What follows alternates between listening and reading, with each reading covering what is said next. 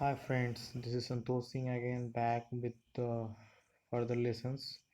और हम लोग जो चैप्टर पढ़ रहे थे वो चैप्टर था हमारा what is democracy Y democracy. इसी चैप्टर के थर्ड पार्ट को हम आगे आज स्टार्ट करेंगे और आगे पढ़ेंगे। ठीक है, class ninth chapter one what is democracy Y democracy. ठीक है, इसमें हम लोग देखे थे कि जो हमारा मेजर डेमोक्रेसी का जो डिफिनीशन होता है उस डेमोक्रेसी के डिफिनीशन को हम लोग समझने की कोशिश किए थे कि democracy is a form of government in which rulers are elected by the people.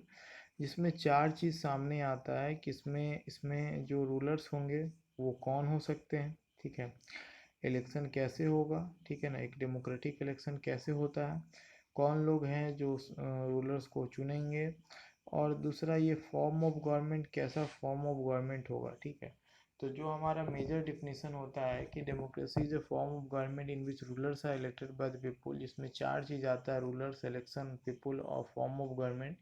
इन चारों चीज़ों के बारे में हम लोग स्टडी कर रहे थे। ठीक है, इसमें हमारा पहला जो टॉपिक था दी रूलर्स, हम लोग उसमें देखे थे कि जो हमारा जो रूलर्स होंगे, ठीक है, जो हमारे डेमोक्रेटिक सेटअप में जो रूलर्स है वो हमेशा वही होने चाहिए जो लोगों के द्वारा चुने जाएंगे। ठीक है, जो मेजर डिसीजन मेकिंग पावर होना चाहिए, फाइनल डिसीजन मेकिंग पावर होना चाहिए, it should always exist in a hand who is directly indirectly elected by the people.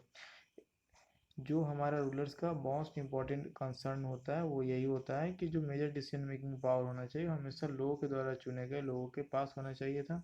जिसमें हम लोग एक पाकिस्तान का परवेज़ मुशर्रफ, जनरल परवेज़ मुशर्रफ के बारे में हम लोग एक स्टोरी पढ़े थे। ठीक है, फिर जो हमारा दूसरा इम्पोर्टेंट टॉपिक होता है वो इलेक्शन। ठीक है ना, इलेक्शन, एक डेमोक्रेटिक इलेक्शन कैसे होता है, ठीक है ना, क्या इम्पोर्टेंस उसमें क्वालिटीज़ होनी चाहिए, उन चीज़ों के बारे में हम लोग आज पढ़ेंगे। ठीक है ना, तो सबसे पहली बात है कि डेमोक्रेसी में जो इलेक्शन होना चाहिए फ्री और फेयर इलेक्टोरल कंपटीशन होना चाहिए। ठीक है ना, फ्री और फेयर होना चाहिए, मतलब उसमें किसी तरीके का जो माल प्रैक्टिसेस होता है वो नहीं होना चाहिए। ठीक है, इसमें हम लोग दो इंपॉर्टेंट स्टोरी है जिसके बारे में हम लोग पढ़ेंगे, पहला एक चाइना है, दूसरा मैक्सिको है।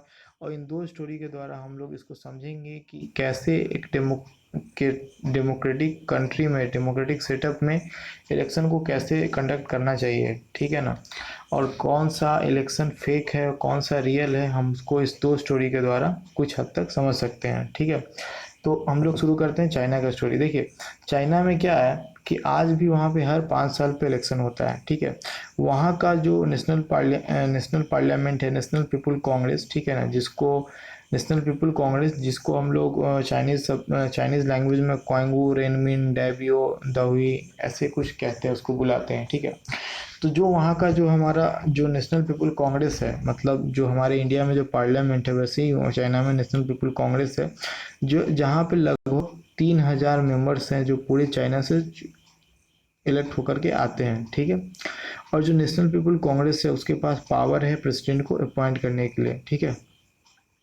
जहाँ पे 3,000 मेंबर्स में से कुछ मेंबर जो होते हैं वो आर्मी के द्वारा चुने जाते हैं। ठीक है, लेकिन यहाँ पे जो भी मेंबर इलेक्शन को कॉन्टेस्ट करेगा उसके लिए इम्पोर्टेंट कंडीशन ये है, उसको वहाँ का जो चाइनीज़ कम्युनिस्ट पार्टी है उसका अप्रूवल होना चाहिए। मतलब कि जो भी इंसान को one all those people who want to contest the election have to get the approval of Chinese Communist Party. ठीक है ना, या उसके जो 8 इलाइट पार्टीज है, स्मॉलर इलाइट पार्टीज है, उसके पास मेंबरशिप होना चाहिए, तभी जा कर के वो जो है सो इलेक्शन को कॉन्टेस्ट कर सकता है। ठीक है ना, जो कि ऐसा 2002 और 3 में देखा गया था। ठीक है, तो वहाँ पे हमेशा जो सरकार बनाई जाती है वो कम्युनिस्ट पार्टी के द्वारा बनाई जाती है। ठीक है, तो यहाँ पे हम लोग दो चीज़ देखें कि पहली बात कि इलेक्शन हमेशा 5 साल पे होता है, मतलब इलेक्शन रेगुलर है।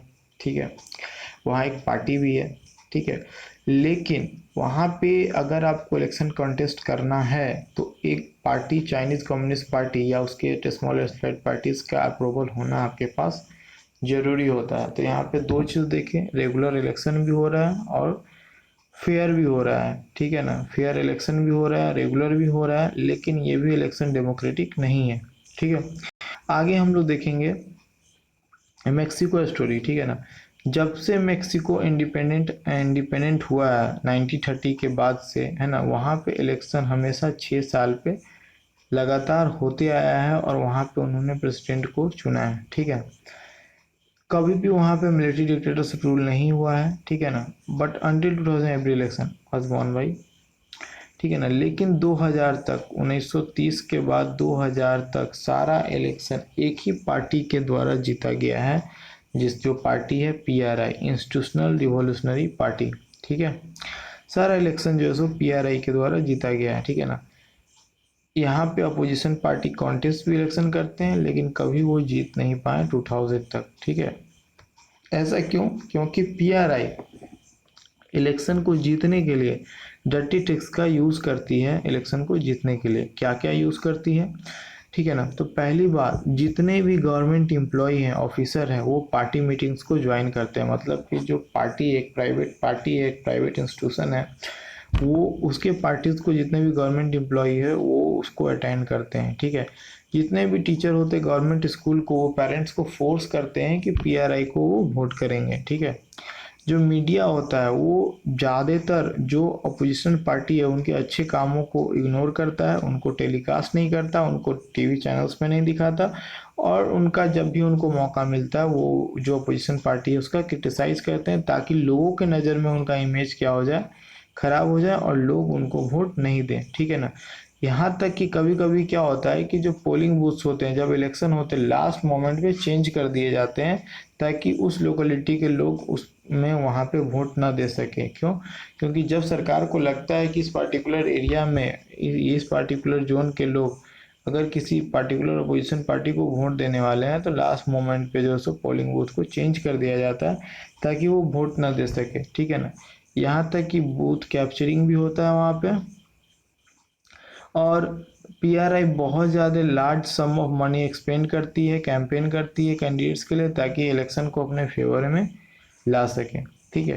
तो यहाँ दो स्टोरी से हम लोग देखें। पहला चाइना, जहाँ पे हर 6 साल पे इलेक्शन भी होता है, ठीक है, और वहाँ पे एक पार्टी भी है, ठीक है, फेयर इलेक्शन भी होता है, लेकिन वो भी एक डेमोक्रेटिक इलेक्शन नहीं है। क्यों? क्योंकि लोगों के पास चॉइस नहीं है, ठीक है ना, लोगों के पास सीरियस चॉइस नहीं है, ताकि वो अपने हिसाब से लोगों को चूज कर सके। अगर आपको चाइना में किसी को चूज करना है तो वो जो चाइनीज़ कम्युनिस्ट पार्टी से जो कैंडिडेट अप्रूवल हासिल कर लिए हैं, आप उन्हीं को चुन सकते हैं, आपके पास कोई दूसरा सेकंड चॉइस नहीं है, ठीक है।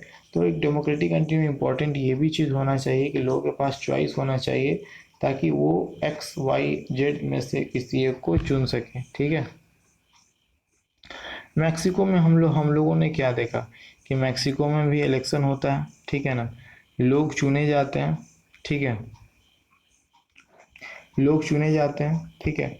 लेकिन वहाँ पे जो पीआरआई पार्टी है वो क्या करती है, गलत प्रैक्टिसेस का यूज़ करती है, ठीक है, ताकि इलेक्शन को अपने फेवर में ला सके, ठीक है।